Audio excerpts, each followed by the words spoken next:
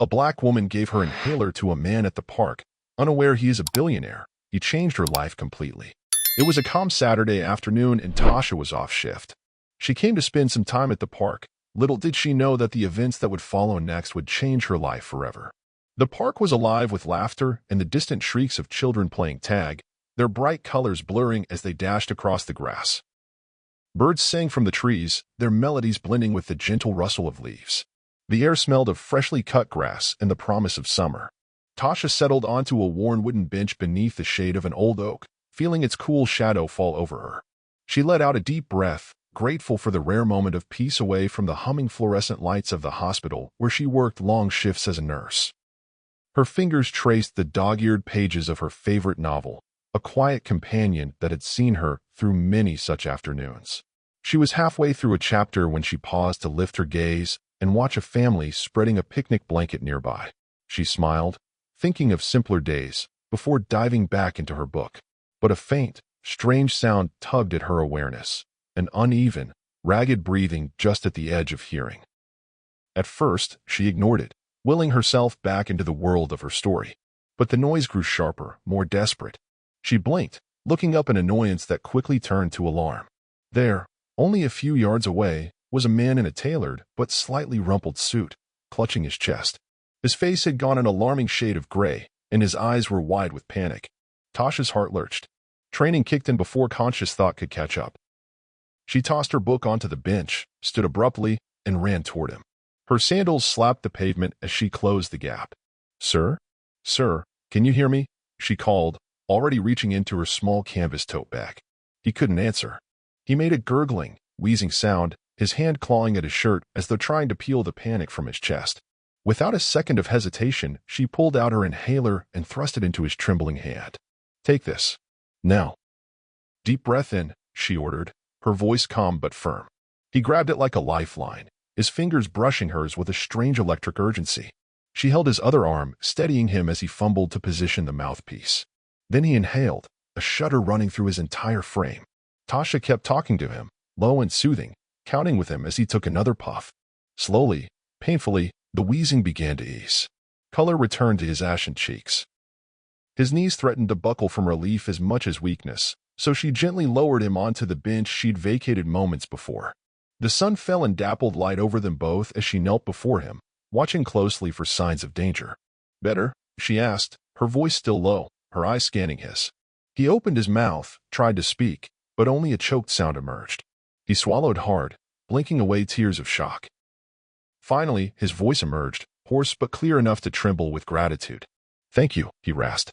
Tasha gave a relieved, small laugh. "Don't try to talk yet. Breathe. Just breathe."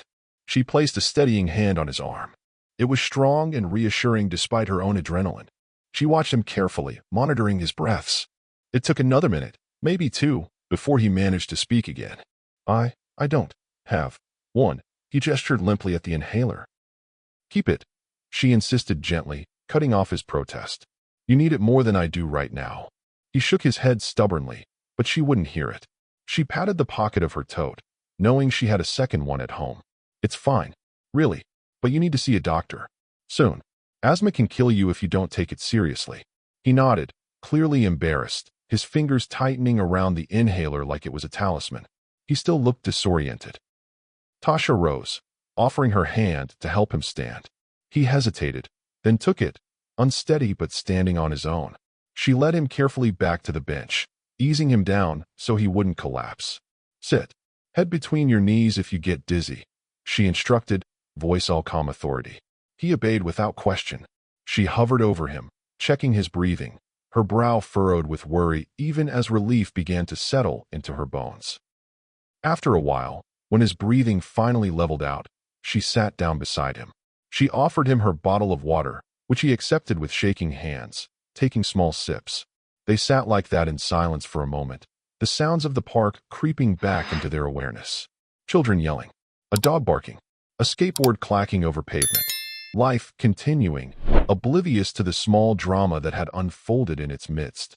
He cleared his throat again, voice rough but steadier. "I don't know how to thank you." Tasha shrugged, trying to downplay the moment, but her voice cracked a little from the adrenaline let down. "Don't worry about it. Just Return it when you're better. I'll need it eventually. She realized he was staring at her, eyes wide not with panic this time, but with something unreadable. He was clearly trying to process not just the attack, but her total lack of hesitation, the way she dropped everything for him. He nodded jerkily. Okay. Yes. I will. I promise. She fished in her bag for a pen, finding only an old receipt and a slightly smudged pen. She chuckled despite herself and quickly scrawled her address and number on the crumpled scrap. She handed it to him with a wry smile. Here, in case you get lost. He took it reverently, like it was more valuable than gold. His fingers brushed hers again, lingering for half a second too long. There was something strangely vulnerable in his face. She didn't think much of it. She was used to patients looking at her that way. Gratitude, fear, relief, all mixed into one raw cocktail. When he seemed strong enough, she rose and helped him stand once more. They walked together to the edge of the park, where a sleek black car waited on the curb. She blinked in surprise at the driver in a pressed uniform who leapt out to open the door. She paused, suddenly aware this was no ordinary man. But before she could say anything, he turned to her, his voice low and urgent. Your number, he said again. She nodded, gesturing to the crumpled napkin in his hand. You've got it. He gave the smallest of smiles, grateful, humbled, but still somehow dazed. She watched as the driver helped him into the back seat. He held the inhaler tight against his chest, glancing back at her through the tinted window as the door closed.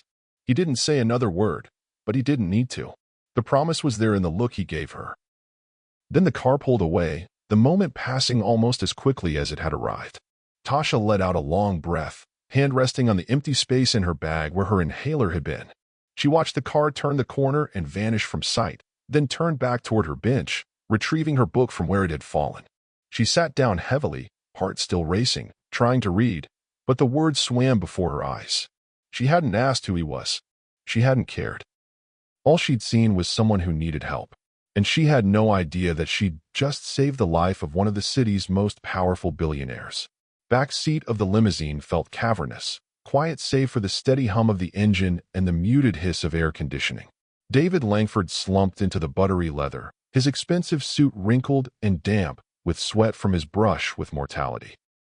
He held the inhaler in one hand, knuckles wide around it, as though if he let go it would all come rushing back, the gasping panic, the certainty that he was about to die in full view of strangers. The napkin trembled in his other hand, Tasha's hurried scrawl blurring a little in the low light of the tinted windows. He blinked slowly, eyes gritty. Her name wasn't there. Just her address and phone number, the ink slightly smudged where her fingers had pressed it into his palm. Across from him, his assistant, a neatly dressed man named Miles, watched him with careful neutrality, tablet resting on his knees. Sir, he began gently, should we reroute to the hospital? You really should be examined after an attack like that. David didn't look at him. He stared out the window at the passing streets, eyes unfocused. No, just take me to the office. Miles hesitated. It wasn't a suggestion. He nodded once at the driver through the privacy glass and sat back, tapping a silent message to the team ahead to expect them. David's breathing was still ragged but steadier now. He wiped a hand over his face, feeling the salt of dried sweat and the raw ache in his throat. He turned the inhaler in his fingers, weighing it, inspecting it like it was some kind of holy relic. It wasn't even new. He could see the scratches on the casing, the bit of peeled label where she'd written her initials in pen so no one at work would confuse it with theirs.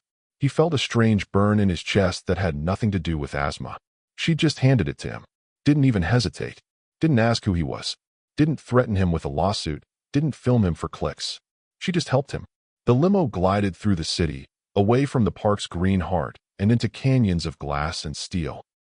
They passed upscale neighborhoods with doormen standing stiffly at marble facades, pedestrians and designer sneakers walking dogs that cost more than most people's rent. David barely saw it. He was remembering her eyes. Steady, calm even as he'd been frantic. Not a hint of fear for herself. Just concern. By the time they pulled up to the private entrance beneath his company's gleaming headquarters, he'd made up his mind. The car door opened with a hush. Miles scrambled out first, offering a hand that David ignored as he climbed out stiffly, inhaler clutched tight. The building loomed over them, all mirrored windows catching the last streaks of setting sun. Security nodded silently as they swept him through side entrances, up private elevators that glided noiselessly to the top floor. The doors opened onto polished marble floors, silent but for the low whir of climate control. Floor-to-ceiling windows wrapped around the penthouse office like a crown, showing the city spread in all directions, lights coming on one by one. David strode to his desk. The assistant trailed behind, quietly tapping notes onto his tablet. David set the inhaler down with infinite care on the glossy mahogany surface. He looked at it for a long moment. Miles cleared his throat delicately. "Sir, what do you want to do about the woman?" David didn't answer immediately. He reached for the napkin, reading the address again as if memorizing it. He traced the smudged ink with his thumb. She hadn't even asked his name. He could have died there on that bench. And she hadn't hesitated. Finally, he spoke, voice so low it was almost lost in the cavernous office. "She didn't even ask who I was." Miles blinked, not sure if he should respond. David lifted his gaze, eyes hardening with decision, with something close to wonder. "She just helped me." The assistant dared to clear his throat again. "So, what do you want to do about her?" David's fingers closed around the napkin. He lifted his chin, the city skyline gleaming cold and bright behind him. "I want to know who she is," he said softly, his voice iron beneath velvet. The camera would close on his face then. Determined, resolute, a man who had made up his mind. A billionaire accustomed to controlling every aspect of his world, now determined to let go of that control, just enough to repay one unasked kindness in the only way he knew how. The apartment was small but clean, the kind of place that smelled faintly of antiseptic and lavender spray to cover the mustiness of old walls. The floors were scuffed linoleum, curling slightly at the edges where the glue had given up. Tasha unlocked the door with her shoulder, too tired to bother with finesse.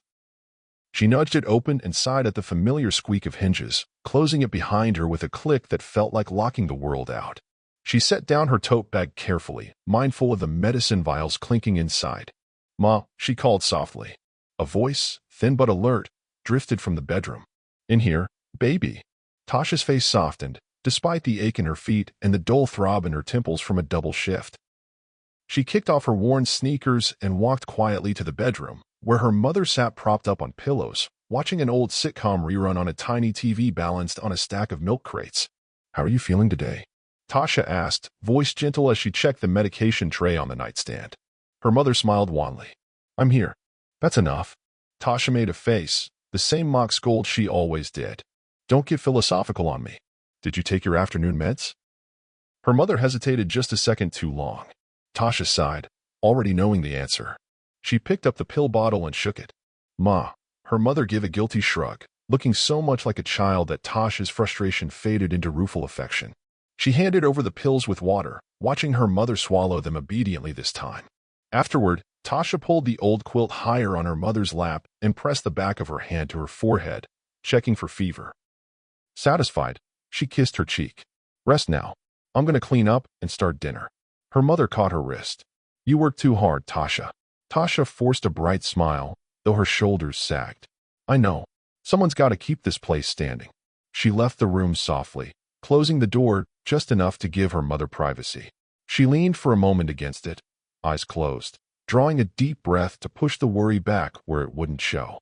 The living room was small but orderly. The couch had a slipcover she'd washed until it faded. A coffee table held stacks of discount store magazines and an old candle burned down to the nub. She wiped her brow with the back of her wrist and picked up a rag, attacking the thin film of dust on the TV stand and the framed photo of her and her mother at the county fair years ago. Dinner was simple, canned soup stretched with rice, and 2 apples cut carefully to make them look like more. She plated it with the same attention she gave to hospital trays, making it neat, dignified, something that said "I care." After dinner, dishes clacked in the sink, water too hot on her raw, nurse-chapped hands. She dried them slowly, listening to the quiet apartment, punctuated by her mother's cough behind the door. Finally, when the chores were done, she sank onto the narrow window ledge, knees tucked to her chest, staring out at the sprawl of city lights. Cars crawled on distant overpasses like strings of ants. Billboards flickered with promises she could never afford to keep. She rested her head against the cold pane, eyes flickering shut. For a moment, her thoughts drifted back to the park. That man's pale, panicked face. The feel of his arm under her steadying grip. The way his eyes had met hers. Lost, grateful, something else she couldn't name. She exhaled shakily. It had seemed so important then, so dramatic. But life had a way of flattening even the strangest turns. She doubted she'd ever see him again. Probably some businessman too busy to remember the woman who'd handed over an inhaler like it was nothing. She let the memory go with another sigh. There were bills on the table waiting to be sorted, one marked "Final Notice" in angry red type. She knew she'd pay what she could, juggle the rest, keep the lights on somehow. She smiled anyway, small but real. Because tomorrow, she'd go back to the hospital and help more people breathe a little easier. And tonight, at least, her mother was warm and fed. Tasha sat there in the glow of city lights, weary but unbowed. Even when life gave her so little in return, she couldn't help but give everything she had. 3 days had passed in a blur of work, chores, and restless sleep. Tasha had nearly forgotten the man in the park. Buried the memory beneath the steady thump of hospital monitors and the rattling breath of patients kneading her calm hands. It was early evening when a knock rattled her apartment door. She wiped her hands on a dish towel, frowning. She wasn't expecting anyone. Peering through the peephole, she saw a man in a pressed uniform holding something flat and white. "Delivery for Miss Tasha Williams?" he called, polite but formal. She cracked the door, wary. "That's me." He handed over an envelope, impossibly thick and heavy, its surface a rich cream embossed with gold filigree. She turned it over in confusion, feeling the expensive weight of it. Before she could ask anything, the courier tipped his hat and turned on his heel. "Have a good evening, ma'am." The door clicked shut behind her. She stood in her cramped hallway staring at the envelope. Her heart beat too loudly in her ears. She walked to the couch, sat down slowly, and ran her thumb over the gold edge. Then she drew in a breath and opened it carefully. Inside was a single sheet of thick paper covered in careful handwriting. "You saved me when no one else would. Let me change your life. Come see me." Below was a downtown address, crisp and professional.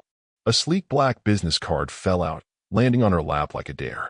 She picked it up with shaking fingers. David Langford. She knew the name. Everyone did. He was a ghost in the news, a tech billionaire famous for avoiding cameras, for buying skyscrapers, for firing entire boards when they didn't measure up. She felt dizzy. Tasha swallowed hard, the words blurring as she read them again. "You saved me." Her mind shot back to the park. The way his chest had heaved. The terror in his eyes. The way he'd clutched her inhaler like salvation. She heard a door creak. Her mother's voice, sleepy but curious. "Tasha? Who was that?" Tasha's hands trembled as she folded the letter back into the envelope. She walked to the bedroom doorway and leaned against it, trying to look calm. "Ma, I think it's that man. From the park." Her mother blinked at her. "What does he want?" Tasha let out a short, bewildered laugh. "I'm not sure. He wants me to come see him." Her mother frowned, then softened. "You saved his life, didn't you? Maybe he just wants to say thank you. Or maybe there's more to it. Don't be afraid to find out." That night Tasha lay awake, the envelope on her nightstand catching the glow of passing headlights. The next morning, she dressed with trembling care in her best, though still humble, clothes. A simple navy blouse, neatly pressed slacks, worn flats polished until they shone. She checked her reflection, tucked a stray curl behind her ear, and squared her shoulders. She clutched the letter as she boarded the bus, eyes scanning the city streets rolling by, her face a study in anxious hope. Tasha stood at the foot of the skyscraper, staring up until her neck hurt. It was so tall it seemed to disappear into the pale morning sky, a monument of mirrored glass and brushed steel. She felt impossibly small, clutching her second-hand purse to her chest, willing her heart to slow down. She hadn't slept much. All night she'd replayed the words on that thick, expensive envelope. "You saved me when no one else would. Let me change your life. Come see me." Now that she was here, she wanted to turn around and run. But she took a deep breath instead, squared her shoulders, and pushed through the revolving doors. Inside, the lobby was hushed and cavernous, all gleaming marble and echoing footfalls. A receptionist at a sleek black desk greeted her with a polite, professional smile that did nothing to settle her nerves. "Good morning. How can I help you?" Tasha's voice trembled. I have an appointment. With Mr. Langford." The receptionist's eyebrows lifted a fraction, but she covered it smoothly. "Of course. May I have your name?" "Tasha Williams." The receptionist tapped a few keys, then nodded. "He's expecting you. Please wait just a moment." Tasha perched on the edge of an expensive-looking bench, trying not to fidget. She smoothed her slacks for the 100th time, grateful she'd chosen the least worn pair she owned. The blouse was clean and freshly ironed. But she felt hopelessly out of place, surrounded by people in tailored suits who seemed born knowing how to belong here. Within minutes, another woman appeared, tall, impeccably dressed in gray, her hair twisted into a perfect chignon. "Ms. Williams? Right this way, please." Tasha followed, heart slamming with every step. They crossed the marble lobby, entered a private elevator, and ascended in silence. She watched the numbers blink higher and higher until they stopped at the very top. When the doors slid open, she stepped into a hallway lined with understated art. The air smelled faintly of citrus and money. The woman led her to a pair of massive wooden doors. She gave Tasha a small, encouraging nod and gently pushed them open. Inside, sunlight flooded the room through floor-to-ceiling windows that wrapped around the space like a crown. Beyond them lay a breathtaking view of the city, all glittering glass towers and weaving roads. The office itself was spare but impossibly elegant. A sleek desk, a few well-chosen chairs, and art that looked expensive without being obvious. And there, standing behind the desk, was David Langford. He didn't look like the man she'd seen gasping for breath in the park. His suit was flawless, dark hair neatly cut, posture confident and commanding. But when he saw her, something in his face softened immediately. "Tasha," he said, voice low and warm. "Thank you for coming." She swallowed, throat suddenly dry. She managed a small nod, feeling rooted to the floor. He rounded the desk and walked toward her, his eyes never leaving hers. He extended his hand, and she stared at it for half a second before shaking it carefully. "Please," he said gently, gesturing to a chair, "have a seat." She lowered herself gingerly onto the leather, feeling like an imposter in a world built for someone else. He sat across from her, elbows resting lightly on his knees, expression earnest. "I owe you my life," he began simply. Her mouth opened, closed. It wasn't. I just did what anyone would do." He smiled, just a little, as though he'd been expecting that. "No, that's not true. I've spent my entire career studying people, managing them, investing in them. Very few would have done what you did, even fewer without asking anything in return." She shook her head, cheeks heating. "You were dying. I didn't think about anything." "Exactly." Silence fell, but it wasn't uncomfortable. He seemed content to let her process, to let the moment breathe. At last, he straightened slightly. "Do you know who I am?" She hesitated, then nodded. "David Langford." His mouth quirked with sardonic amusement. "Billionaire. CEO. Tech tyrant, if you believe the press." She blinked, uncertain how to respond. He waved it away. "You didn't ask who I was. You didn't care. You just helped me." Tasha shifted in her chair, discomfort rising in her chest. "I didn't do it for anything. I don't need anything from you." His eyes locked onto hers, steady and serious. "I know that. That's why I want to offer you something." She frowned. "What do you mean?" He reached into his desk and drew out a slim folder, setting it carefully on the low table between them. "My company has a health foundation. It's supposed to help low-income families access care, clinics, training, support. But it's failing. It needs heart. It needs leadership." She shook her head automatically. "I'm not qualified for that." "You're exactly qualified," he countered. "You're a nurse. You know what it's like on the ground. You know what people need. More importantly, you care." Tasha swallowed hard, throat tight. "I can't. I have my mother. I can't just leave. I have bills." David lifted a hand, stopping her gently. He slid another set of papers toward her. Her eyes flickered over them. Medical bills, rent receipts, utility debts, all stamped, paid. She stared at them, blood roaring in her ears. "I took care of it," he said softly. "Your mother's medical debt is gone. Your rent's paid. Utilities caught up." She felt tears spring to her eyes, vision blurring. "Why?" She choked out. He leaned back, expression unreadable but somehow vulnerable. "Because you saved my life. And because you didn't ask for anything in return." She wiped her eyes with trembling fingers. "I don't know what to say." "Say yes," he urged quietly. "Take the job. I'll pay for your training. I'll make sure you have support. I want you to make this foundation what it should be. For people like your mother. For people like you." Tasha lowered her head, silent sobs shaking her shoulders. She tried to refuse, words catching in her throat. But the weight of what he was offering, what it meant, not just for her, but for the people she could help. She lifted her head at last, eyes glistening. "Yes," she whispered. David smiled, something like relief flooding his face. "Good," he said gently. "That's very good. She exhaled shakily, feeling lighter than she had in years, even as tears kept falling. For the first time in forever, she allowed herself to hope. It had been months, but sometimes it felt like years. Tasha strode through the glass doors of the Foundation's headquarters with an ease she'd never imagined. The once terrifying marble lobby now felt familiar. She greeted the security guard by name, exchanged warm words with the receptionist, and adjusted the ID badge clipped neatly to her tailored blazer. Inside, the office buzzed with focused energy. Staff bustled between desks, laughter mingling with the quiet tap of keyboards and the low hum of determined conversation. Tasha paused by a colleague's cubicle to offer an encouraging word, then continued down the hall to the largest conference room. She entered with purpose, folder tucked under her arm, a tablet in hand. Around the table, her team fell quiet, turning to her with genuine respect in their eyes. "All right," she began, voice strong and clear. "Today we finalized the expansion plan. 3 new clinics, fully funded, in neighborhoods that actually need us. No bureaucracy. No red tape. Just care." Heads nodded. Pins scratch notes. Questions were raised, and she answered them with confidence honed through long nights of research and real experience. She listened closely, acknowledging ideas and redirecting with gentle authority when needed. Afterward, she returned to her office, a sunlit corner space with potted plants she diligently watered herself.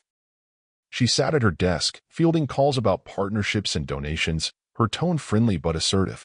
When 2 nervous interns knocked, she waved them in immediately. She listened to their concerns, asked thoughtful questions, and offered steady guidance until they left smiling and reassured. Later that afternoon, she visited one of the clinics herself. The waiting room was small but clean, buzzing with life. When Tasha walked in, children squealed her name and ran to hug her legs. She knelt to their level, arms open, laughing with real joy. She checked in on the staff, offered support, and made sure supplies were fully stocked, her notes already forming a new plan for further improvements. When she finally returned home that evening, it was to a very different apartment than the cramped, sagging one she'd left behind. The living room had fresh paint, new furniture that was comfortable without being lavish. Her mother sat in a bright armchair near the window, a healthy glow in her cheeks as she worked at a puzzle book. "Long day?" her mother teased gently. Tasha laughed, dropping her bag by the door. "The best kind." She crossed the room to kiss her mother's forehead, then sat down nearby, slipping off her heels with a sigh of relief. They shared a simple meal together, food she'd learned to cook better now that there was time and money for it. And outside, in the courtyard, she still greeted every neighbor by name, handing off leftovers to the single father 2 doors down, slipping grocery cards into mailboxes for families too proud to ask. At a Foundation event a week later, she gave a short, heartfelt speech, voice shaking with gratitude. In the back of the room, David Langford watched, arms folded, eyes shining. When their gazes met, they both simply nodded. It was enough. The sun was low and warm, casting long, golden streaks across the grass. The park looked almost exactly as it had the day everything changed, though Tasha felt like an entirely different person. She sat on the old wooden bench, smoothing the skirt of her dress, breathing in the soft hum of life around her. Kids laughing, a dog barking in the distance, the wind rattling the leaves overhead. David sat beside her, dressed casually for once, no tailored suit or corporate polish. He leaned back with one arm draped over the bench, watching the sunset with an expression that was thoughtful, even a little wistful. For a while they didn't speak, content to listen to the world move around them. A boy squealed as his father lifted him high in the air. A pair of teenage girls roller-skated past, music thumping from a tinny phone speaker. At last, David turned to her, voice low. "You know, I've thought about this place a lot." Tasha smiled softly. "Me too." He exhaled slowly. "I almost died here. And you didn't even hesitate. You didn't care who I was." She glanced at him sideways, brow arched with gentle teasing. "Still don't, really." He huffed a small laugh, but there was gratitude in it. "You reminded me of what actually matters. Not profit. Not market share. Just people. Being decent. Caring." She lowered her eyes, brushing a bit of dust from her lap. "I'm just glad you're okay." Silence settled again, easy and natural. David watched a pair of toddlers chasing bubbles blown by their mother. "The Foundation is going to change so many lives. You've made it real. I don't think I ever could have done that without you." Tasha shook her head, but her eyes shone with quiet pride. "You gave me the chance. I just did what I know." They sat in the last warmth of the sun, shadows growing longer, colors deepening to amber and violet. Finally, David spoke, voice gentler than she'd ever heard it. "Thank you, Tasha. Truly. For saving my life. For reminding me what it means to be human." She looked at him, eyes shining, and reached over to pat his hand. "Anytime, Mr. Langford. Though let's hope you don't need saving again." He laughed thin, a real laugh, unguarded. She joined him, the sound mingling with the park's soft chorus. As the sun slipped below the horizon, the two of them sat there, not CEO and nurse, not billionaire and employee, but simply two people who had saved each other in ways neither could have predicted. And in that quiet, shared moment, they both understood something essential. One small act of compassion can change a life. Sometimes it changes too. If you enjoyed Tasha and David's story, please like, share, and subscribe for more heartfelt tales. Let us know in the comments what you think about how their journey ended. How would you rate this story on a scale of 10? We'd love to hear your thoughts on Tasha's kindness and David's gratitude. Also, tell us where you're watching from. We want to connect with all of you around the world. Your feedback means everything to us.